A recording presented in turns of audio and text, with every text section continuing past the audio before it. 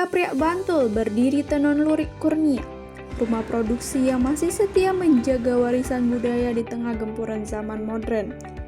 Didirikan sejak tahun 1962 oleh Mbah Haji Dibia Sumarto, usahanya kini diteruskan oleh Bapak Sulistyo Haryanto. Uniknya, tempat ini dikenal sebagai penampung lansia, karena banyak perajinnya adalah orang tua yang masih tekun menenun. Mendirikan itu adalah beliau Simbah Haji Dibia Sumarto beserta Ibu Hajah istrinya. Itu kan gitu. Dulu beliau juga pernah ikut bekerja ke orang ya Mbak, sebelum mendirikan sebuah perusahaan sendiri. Beliau juga pernah ikut bekerja di tempat orang, terus mungkin sekitar akhirnya tahun 1962-an beliau itu akhirnya mendirikan sebuah perusahaan sendiri yang diberi nama Kurnia Lurik.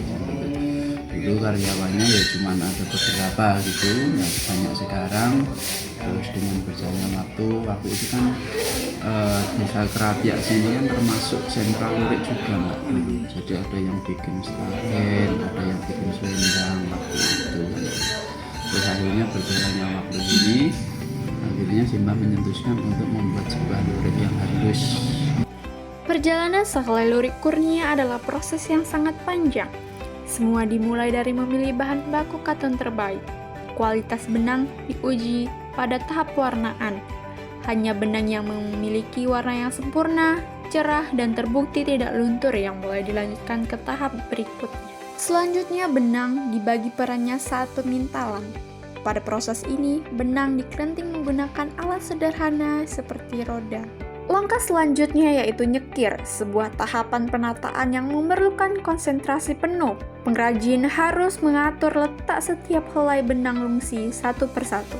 Penataan ini harus detail agar motif lurik sesuai dengan filosofi larik. Setelah proses yang sangat panjang, akhirnya tiba di proses penenunan. Penenunan dilakukan di ATBM atau alat tenun bukan mesin, yang menjadi kunci utama dari tradisi ini.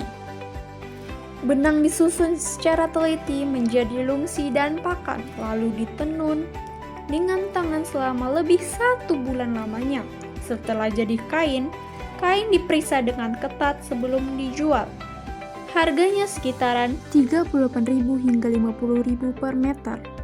Mahasiswa khususnya di sini di bagian fashion Mbak, saya itu memberikan beberapa yang gambaran, ayolah kita anak muda memberikan sebuah inovatif atau rancangan-rancangan mempunyai gagasan untuk kedepannya, untuk apa?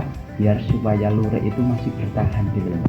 Jadi kalau seandainya dia itu di bagian fashion, kita sering juga kedatangan mahasiswa hama fashion itu masuk dari Australia, dari Prancis, dari Malaysia.